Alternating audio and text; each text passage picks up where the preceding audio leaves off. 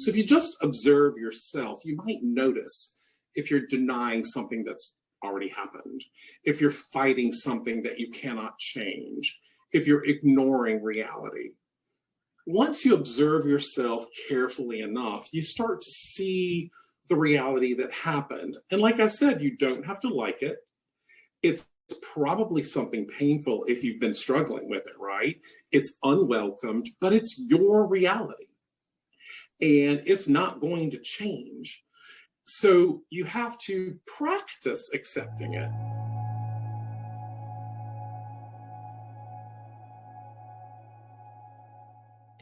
Hey, welcome back to Normalize the Conversation. Today, I'm here with Dr. Perry Mandanis, adult and child psychiatrist with 25 years of experience in the mental health field. You can connect with Dr. Perry on Instagram at perry.mandanis. Dr. Perry, thank you so much for joining me today. How are you really? Thank you, Fran. I'm really pretty good. I think right now, that's a great question. How are you really? Because the pandemic, I think, has been hard on everybody in a lot of different ways. But I'm doing well. Thank you very much. I'm so glad you're doing well. And I completely agree. During the pandemic, we've all learned a lot about ourselves and our mental health and really came in touch with our emotions and how we're coping. So it is a really important question to ask. But I have to ask because you have the most incredible story about perseverance and radical acceptance that really started the day before you opened your own practice. Can you share your story with us? Sure. When you become a doctor and you got to go to college 4 years, then medical school 4 years. Then I did 3 years of pediatrics residency. Then I did 2 years of child psych residency. Then I did 2 more years of adult and family. And it was that time when I was ready to graduate and open an office and hang a shingle on my door. I had rented an office and decorated it. And the day before I was going to open the office, I was moving my desk into the office.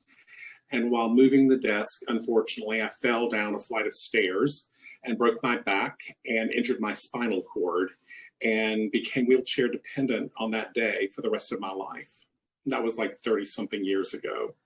That was really tough. I ended up in the hospital for the better part of a year. I was often in denial about the fact that I was going to need a wheelchair. I think you referenced my podcast, Couch Stories, when we were chatting earlier. I tell that story about how I rented a wheelchair for something like 11 months and kept ignoring my physical therapist's advice that I buy one because I just knew I wasn't going to need a wheelchair. Well, of course I needed it, and I had to come to my senses eventually. And once I did, it was amazing. Once I bought like a wheelchair that was custom built just for me, I didn't realize how much easier everything that you have to do in a wheelchair would become. I mean, being in a wheelchair is never easy, but it made a huge difference. I had this wow moment, and that in combination with all of the support that I was getting from my family and from therapists and from physical therapists really helped me overcome this very difficult situation that I had. But maybe you're talking about in the middle of it, I had a very black suicidal moment while in the hospital, and thankfully had the wherewithal to speak up and tell people about that. And I think part of that is because I wasn't necessarily embarrassed by the thoughts. I was already a psychiatrist. I knew kind of what those thoughts meant, and I quickly reached out for help. And I would encourage everybody to think that way. If you ever have thoughts about suicide, you don't have to hide them. You can share them with the right people. They will help you work through it. And that's what happened with me. That is incredible that you had that support system. I think a lot of people don't have that support or are afraid to reach out and find out whether or not they have that support. If they open up, if someone's going to be there for them, if they're going to want to support them. And you went through so much. Yeah. And that is so difficult because when we face trauma, it can be really difficult to push past it. Sometimes we start to feel depressed and hopeless, like you said, and like we're never going to get through it. And after your spinal cord injury, what really helped you to move forward? Support is one thing, of course. Support and love and all of those things that make you feel worthwhile and more comfortable, those are fantastic. And, you know, when you have a spinal cord injury, when you have any trauma, let's face it, it's not comfortable.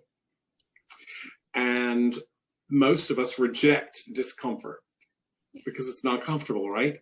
But the reality is only uncomfortable people improve. Only uncomfortable people make changes and grow. Sometimes when my patients are struggling with being uncomfortable, I remind them that coming to a therapist is a lot like seeing a trainer in a gym. They're going to ask you to lift some weight. They're never going to ask you to injure yourself. But you might feel pretty physically sore for a couple of days because your muscles are tired. And therapy is kind of the same thing. What happened with me and helped me move forward when I was feeling pretty desperate and sorry for myself and angry that my life had had this major change was my therapist.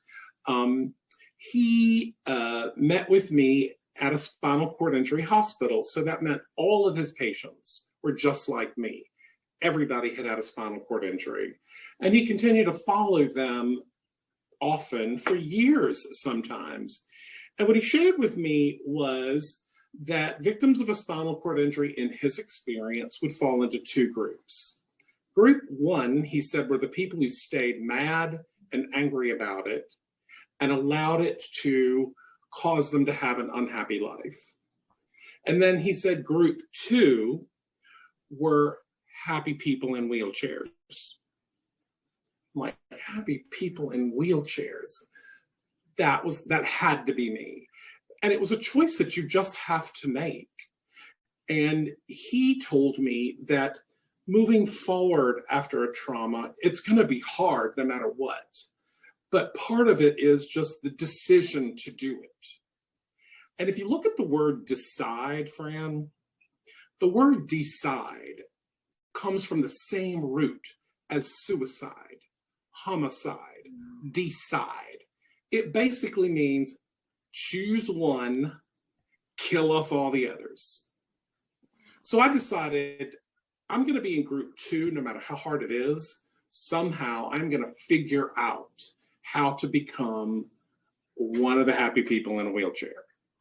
And that is precisely what happened. You know, that's when I decided to buy a wheelchair. That's when I gave up my denial. That's when I started to make the most progress. But it was only after a great deal of denial and resistance and sadness and grief and all of that painful stuff that comes with a major traumatic, life-altering event. Wow, that is incredible to know that you had a choice. You did have two choices, and that your therapist brought those to your attention, and you right away knew you had to be in group two.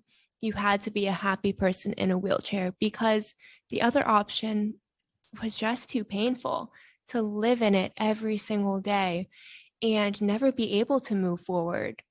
So when you were fighting against that acceptance, when did you realize you had to reach that point of acceptance to move forward, and what steps did you take? Wow. You know, I think most of it is I realized because I was a psychiatrist, I knew what it looked like to be unhappy all the time. Because a lot of my patients were struggling with depression or traumas or terrible childhoods, situations that made them unhappy most of the time, which is why they had come to see me to figure out how to change that. And that was me now. I was on the other side of that equation with my own therapist, and I realized I needed to work hard. I had to accept some discomfort.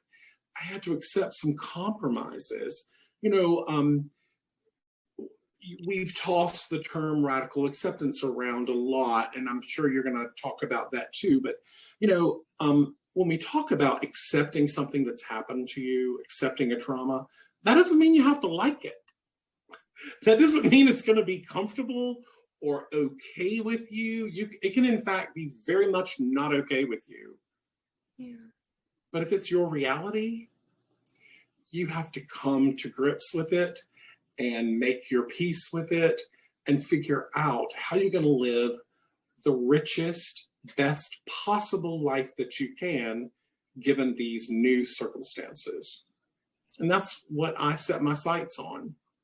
And after I got out of the hospital, one of the ways that I did it was just to choose activities that I knew brought me joy, because happiness doesn't happen to you. You create it. One little activity at a time, one little special moment at a time. So I would schedule dinner dates with friends and figure out how to get into the restaurant in a wheelchair.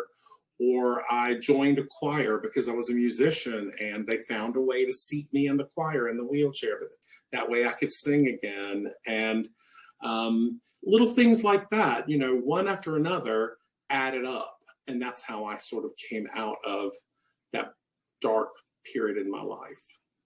That is incredible. And I really love how you brought up that just because you accept something doesn't mean you have to like it. I think a lot of us are afraid to accept our reality and what's happening to us and what we're going through because we don't want that to be our story. We don't want that to be who we are. And we think if we accept it, we're defined by it. And that's it. And that is so hard. To accept it, sometimes people see acceptance as a defeat. Yes. It's a defeat if you don't accept it. Yes. You know, it reminds me of, you know, when Darth Vader said resistance is futile. I mean, when it comes to overcoming a struggle like the one that I went through, resistance is futile. It's only going to make it worse. The injury has happened. The wheelchair has happened. This is the reality of your life. So I had to be in group 2 and figure out how am I going to live a happy life in a wheelchair. I absolutely admire your strength and the acceptance that must have been really hard to find that acceptance day after day. Because I imagine there's a lot of moments where there aren't a lot of wheelchair accessible places. I've started to notice that more and more. Is that we don't really make it that comfortable and that easy. And were there any points where you got really frustrated during that acceptance journey and finding that happiness where it made it difficult? It still happens, Fran. You know, I think when you're dealing with a disability in particular, from time to time, you were reminded of the limitation. Like if you were, like in my house, for example, I have a garage and a little lift in the garage and it broke. Well, the lift broke, which means I can't get out of my house. You know, so I'm pretty irritated if the elevator breaks. Or you travel somewhere and they say they're wheelchair accessible, but then you get there and there's no bathroom. The restaurant's accessible, but they don't have a bathroom. And people on the phone don't realize that that is kind of a feature to accessibility that is necessary. So, you know, I think you just have to learn how to gracefully deal with frustration a lot. I honestly think whether you have had a trauma or a disability or anything, learning how to be frustrated and how to handle frustrations and how to accept frustration and make, you know, changes that you can to overcome the frustration. I think that's a really important aspect of mental health. That is so true because stressors are always going to be there. We're always going to find something that frustrates us. It's impossible for that not to happen. Right. Things happen, life happens, and it's not always going to go the way we want or the way we plan. And learning how to deal with that frustration is really key. Correct. I mean, because it's going to keep happening. You know, my advice for anybody that's struggling right now with a trauma or a major life circumstance, you lose your job, you have an illness, whatever it happens to be, just observe yourself. See if you can just step back and just watch yourself and obviously if you have friends and family that are going to share feedback with you, that can be helpful, but sometimes we don't want to hear from people when we're upset, you know? So if you just observe yourself, you might notice if you're denying something that's already happened, if you're fighting something that you cannot change, if you're ignoring reality. Once you observe yourself carefully enough, you start to see the reality that happened. And like I said, you don't have to like it. It's probably something painful if you've been struggling with it, right? It's unwelcomed, but it's your reality. And it's not going to change. So you have to practice accepting it. Acceptance doesn't happen like a light switch. Click, oh, I accept it now. That's not how it works. You kind of have to practice acceptance. And my advice to anybody that's struggling with accepting something that might be emotional is to start with just acceptance in your body. Because sometimes we are a lot more comfortable with things that are physical than we are with things that are mental. So even if your mind isn't ready to accept something, see if you can just practice acceptance with your breathing, practice acceptance with your posture, practice acceptance by engaging in activities that make you seem like you're doing better than you are, even if you're not completely there yet. For example, there is a lot of medical literature to support smiling, even when you don't feel it. If you make yourself smile, even when you don't feel it, eventually your brain is going to want to join your body. So practice smiling, even if you're not feeling it, because ultimately that will help. And then last, what I did was I began to imagine my life in the wheelchair. Even though I had not lived it yet or experienced it yet, I began to imagine what are the behaviors that I am going to want to engage in. And that also helped me to accept my circumstances. So I imagine driving a car again. I'm trying to figure out what's that going to look like? How do I get the wheelchair in the car? I imagine going to restaurants. I imagine visiting my friends. I imagined going to the beach, all before I got discharged from the hospital.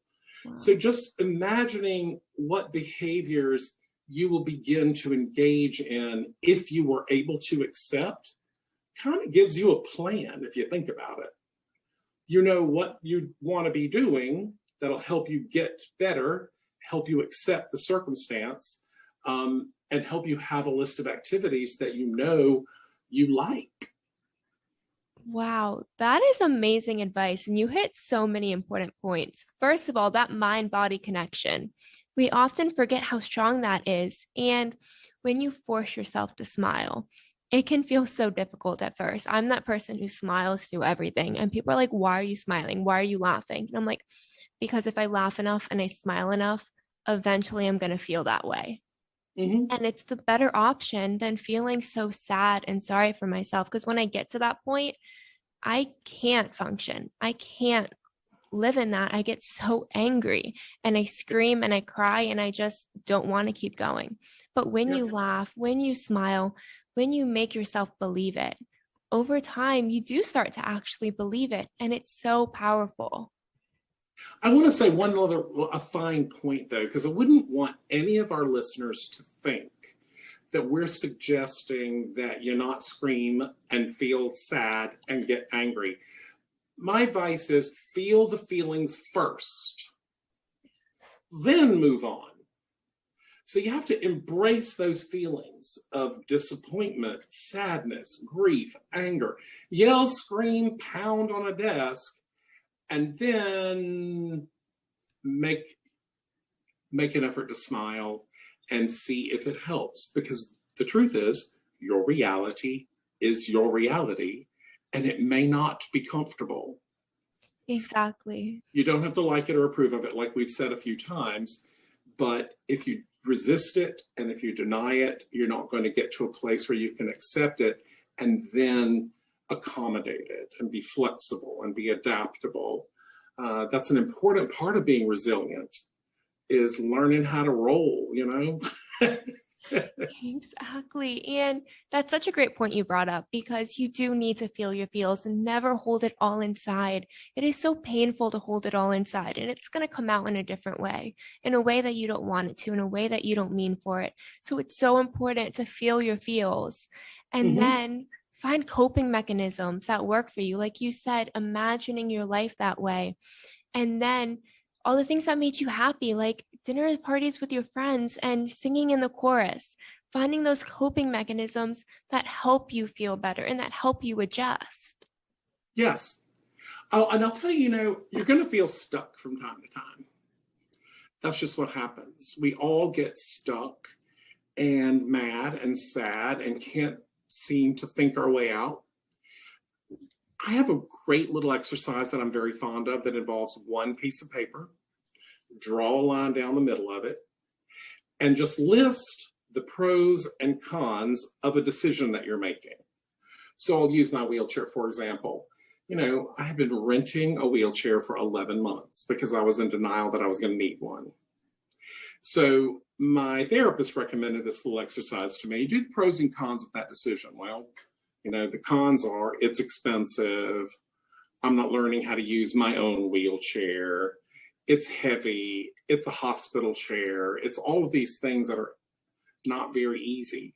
And the pros of my own wheelchair are it's lightweight, it's faster, it's easier to operate, it's kind of fun, and you know, all these things that I realized I can do different things with my own wheelchair. So if you get stuck and you're just not sure what to do next, try pros and cons, examining a decision that you've made. And you'll see what the pros of your decision are, what the cons of your decision are. And sometimes it's going to help you get unstuck because you're going to find new behaviors that you had not thought of. That is really great advice because when you write it out, you learn more about it. When it's all in your head, it can be really confusing. And Yes. you can't always see the pros because your mind tends to go towards those intrusive thoughts. Right. So writing it down is so helpful. Or talking it out loud. I mean, you know, I'm going to show my age here, Fran, but maybe you are familiar with Star Trek. Do you remember Star Trek? Okay. So do you remember Mr. Spock? Yes. So Mr. Spock was this Vulcan, and he would do this hand thing like this, right? And then sometimes he would put his hand on someone's shoulder, and you would hear this, and Mr. Spock would extract the thoughts of the person he was touching. And by knowing what they were thinking, he could predict how they might behave and how they might feel. That was called the Vulcan mind meld. And that is Vulcan technology that human beings do not have. What's the technology that human beings have for knowing what they're thinking? Language.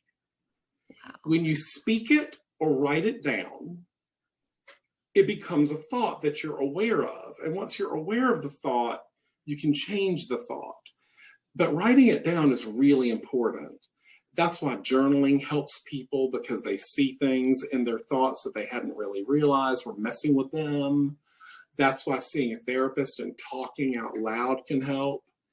I talk to myself, quite honestly, from time to time if I'm struggling. And sometimes just by doing that, I have like this aha moment, you know, just from talking. You know, I talk to myself too, and most people think it's really like crazy and weird. And I'm like, but sometimes I need someone to talk to, and my therapist isn't available. And people around me might not understand because mental health isn't as prevalent to them and something that they know how to answer. And I can give them a list of statements to use, supportive and validation statements, but if it's not in front of them, they don't know how to respond. So talking to myself and answering myself with that support, with that validation, paying attention to what I'm actually feeling is so helpful. And I couldn't recommend that enough. And journaling, like you said, changed my life. I do 6:15 a.m. journaling. That's when I wake up before I look at my phone, before I have coffee, before I do anything, and write down those like first thoughts. And I learned so much about myself. I didn't even know there were things I was so mad about or hurt by. There's so much power in journaling. And, you know, every time I recommend journaling to someone, often it seems a little intimidating because it feels like a practice that I'm not going to be good at or I don't have time for. I'm very fond of the one-page journal. Every day, one sheet of paper. That's all. You can fill it if you want to or not, but no more than one page. And you'd be surprised what you can learn from one page of writing every day. That is amazing. I've never tried doing the one page, but I think I might try that because sometimes I'm like, wow, I just wrote for an hour and it's a lot. It's a lot to comprehend and process, but that one page can help to be so much more clear. It also kind of like, you know, the one page journaling technique for me anyway, when I do it, I think the most important stuff kind of bubbles up to the top. So you get to work faster. That is true. So we've talked a lot about perseverance and radical acceptance, and I think a lot of people don't know when it's time to accept their fate and when it's time to keep fighting. So how do you think people can learn that boundary of when to keep going, when to keep fighting, and when to accept and start learning how to cope and move forward? That's an excellent question, and I think it has to do with whether or not your impression of reality is accurate. Yeah. If you are fighting something like I was fighting the wheelchair, and my physical therapist, my occupational therapist, and my doctors and my nurses were all telling me, hey, Perry, you're going to need a wheelchair. And I was fighting it and saying no, that's a kind of denial. So that would not be the time to persevere. That's the time to accept and give in, right? Without judgment. I think that's an important part of radical acceptance. Just, this is my reality. I don't have to like it. But if I judge it, or if I judge myself, I'm going to make the situation that's already difficult worse. Yeah. So perseverance, on the other hand, is that mindful, hard work that we have to do to overcome something. But it does have to be based in fact. So, that's why I say observe yourself. If what you observe is a narrative of a story that you like, even though it's not true, probably not going to help you get anywhere. I say that a lot about fake news today. When a lot of people watch certain stations and we know the news is fake. It's like saccharin. We eat it because it tastes good, but everybody knows it's bad for you. Exactly. So pay attention to whether it's fake. If it's fake, don't keep eating it because it's going to be bad for you in the long run. But sometimes that takes time to get there. Don't ever let anybody rush you. Take your time, but try to observe yourself to the extent that you can to be factual in what you're thinking. That is amazing advice. And I know we said like acceptance is one and perseverance is another, but there is a point where acceptance and perseverance go together because when you accept, you're able to persevere more. That's right. And that is so It powerful. enters you. The minute you accept something and you realize, okay, this is bad, this is uncomfortable, but the truth is, it could be worse. I could not learn how to live in a wheelchair. I could stay alone all day long in my house and not see people and feel sorry for myself and be angry and sad and depressed because I had this accident for the rest of my life. Ooh, impossible for me. I knew I had to fight that. But it does come down to facts. Anxiety, for example, anxiety is fiction. Yes. We make it up. Stress, on the other hand, is real. Yes. Trauma, accidents, losing something important, losing someone important, that is stressful. It is real. That's not anxiety. So just pay attention, observe yourself, try to filter, okay, what am I making up? What's not true? And what are the facts? And once you get that down, sometimes life becomes a lot easier to negotiate. That is so true. There's a difference between facts and what we're making up and telling ourselves. We tell ourselves the worst things. We are such critics of ourselves, and it is so hard to tune out that voice in our heads. And it's so normal. And I think a lot of people feel that something's wrong with them for having those thoughts, and no one else has those thoughts because they're doing so well, they're pushing through, their life looks so great. I'm alone. I'm the only one having those thoughts. And that can feel so lonely. Do you have any advice for someone who is really struggling with the intrusive thoughts in their head and not knowing what's real and what is just a thought in their head that's hurting them, what advice could you offer them? I am going to tell you, my advice is going to come in the title of a book. A really good friend of mine has written this book. I have shared it with everyone I know. One year, I put this book in everybody's Christmas stocking because it was so good.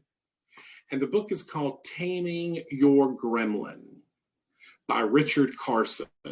It's a short little thing, but it's all about those thoughts that we are having that are like gremlins that do not want us to be happy. And it really starts with just noticing them. The minute you notice that you're having these negative thoughts, you can decide which ones are true or not. Yeah. Just because you're thinking them doesn't make them true. But you do have to notice them. Speaking, writing helps you notice. Yeah. But the gremlin is not something you can kill. You use the word having these negative thoughts is normal. We're all going to have it. Notice the title of the book is not Killing Off Your Gremlin. Can't do it. You have to tame those gremlin thoughts. You tame that monster that lives inside of you that doesn't want you to be happy. And once you learn how to do that, you have a lot of power. Yes, you do. And on that note, Dr. Perry, you have been absolutely amazing, full of insight, full of just this burst of helpfulness. And listening to you makes me want to learn more about myself, makes me want to learn where to accept and how to persevere through. And I think a lot of people can relate to that by listening to you. So thank you so much for joining me today. Thank you. I hope that some of your listeners will follow me. I am at perry.mandanis.md on Instagram. And I look forward to meeting some people in the future.